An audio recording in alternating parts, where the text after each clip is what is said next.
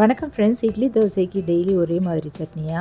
இன்றைக்கி வாங்க டிஃப்ரெண்ட்டான ஒரு சட்னி செய்யலாமுங்க.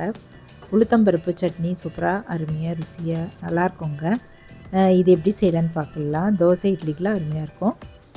தேவையான பொருள்லாம் பார்க்கலாங்க. 1/4 கப் அளவு உளுத்தம் பருப்பு எடுத்துக்கலாம். 2 பூண்டு பல், சின்ன பீஸ் பெருங்காயம், ஒரு 3 டீஸ்பூன் அளவு துருவின தேங்காய், ஒரு கொத்து கருவேப்பிலை கழுவி எடுத்துக்கலாம்.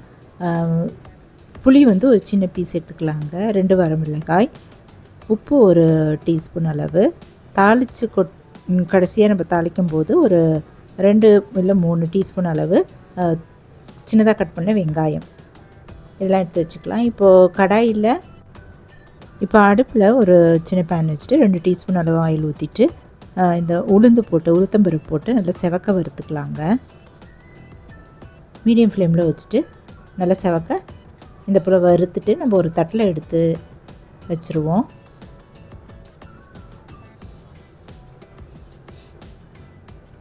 அதே பேன்லேயே இன்னும் ஒரு 2 டீஸ்பூன் அளவு ஆயில் ஊற்றிட்டு வரமிளகாய் 2 போட்டுடலாங்க. பெருங்காயமும் போட்டுட்டு வறுத்துக்கலாம். இதையும் நம்ம எடுத்து வச்சுருவோங்க. நல்லா வறுப்பட்டதோ தட்டில் எடுத்து வச்சுருவோம். இப்போது 2 பூண்டு பல், கருவேப்பிலை, புளி இதெல்லாம் சேர்த்துட்டு லைட்டாக அப்படி வதக்கிடலாங்க. இந்த பூண்டு நல்லா செவக்கிற வரைக்கும் வதக்கிப்போம். இப்போ இறக்க போகிற டயத்தில் துருவின தேங்காயம் போட்டு ஒரு வதக்கு இதுக்குள்ளே பரட்டிட்டு நம்ம ஆஃப் பண்ணிடலாங்க. இப்போ இந்த பொருள்லாம் ஆறுனதும் மிக்ஸி ஜாரில் எல்லாமே சேர்த்து போட்டு அரைச்சிருவோம். இப்போ இதில் ஒரு டேபிள் ஸ்பூன் அளவு உடச்சக்கடலை, பொட்டுக்கடலை அதையும் சேர்த்துக்கலாங்க. கொஞ்சம் எக்ஸ்ட்ரா டேஸ்ட்டாக இருக்கும். இதில் கொஞ்சமாக தண்ணி ஊற்றி நல்லா மழை அரைச்சிக்கலாம். சூப்பரான உளுத்தம் பருப்பு சட்னி தயாராகிடுச்சுங்க. இதில் எக்ஸ்ட்ரா தண்ணி ஊற்றி நல்லா கலந்துட்டு ஒரு சின்ன பவுலில் ட்ரான்ஸ்ஃபர் பண்ணி எடுத்து வச்சுருவோம்.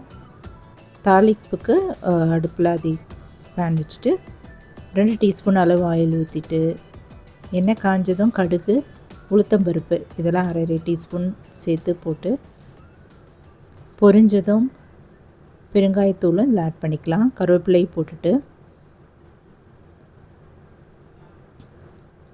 கட் பண்ணி வச்சுருக்கிற வெங்காயம் அதையும் இதில் சேர்த்துட்டு லைட்டாக அது போல் வதக்கிட்டு ஸ்டவ் ஆஃப் பண்ணிடலாங்க. இந்த தாளிப்பு அந்த சட்னி மேலே அப்படியே ஊற்றிட வேண்டியது. அருமையான உளுந்து சட்னி, உளுத்தம்பருப்பு சட்னி இட்லி தோசைக்கு டிஃப்ரெண்ட்டாகவும் சூப்பராக அருமையாக இருக்குங்க. தயாராகிடுச்சு. எப்பவுமே ஒரே மாதிரி இல்லாமல் இது போல் டிஃப்ரெண்ட்டாக நீங்களும் செஞ்சு பாருங்கள். எல்லாம் விரும்பி சாப்பிடுவாங்க.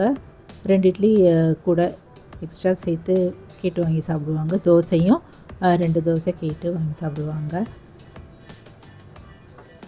இது போல் டிஃப்ரெண்ட்டான சட்னிலாம் நீங்களும் வீட்டில் செஞ்சு பார்த்துட்டு எப்படி இருக்குன்னு சொல்லுங்கள். இந்த வீடியோ பிடிச்சதுன்னா இந்த சேனலை சப்ஸ்கிரைப் பண்ணிக்கோங்க. லைக் பண்ணுங்கள், ஷேர் பண்ணுங்கள், கமெண்ட் பண்ணுங்கள். தேங்க்ஸ் ஃபார் வாட்சிங். நன்றி, வணக்கம். நம்ம அடுத்த வீடியோவில் பார்க்கலாம்.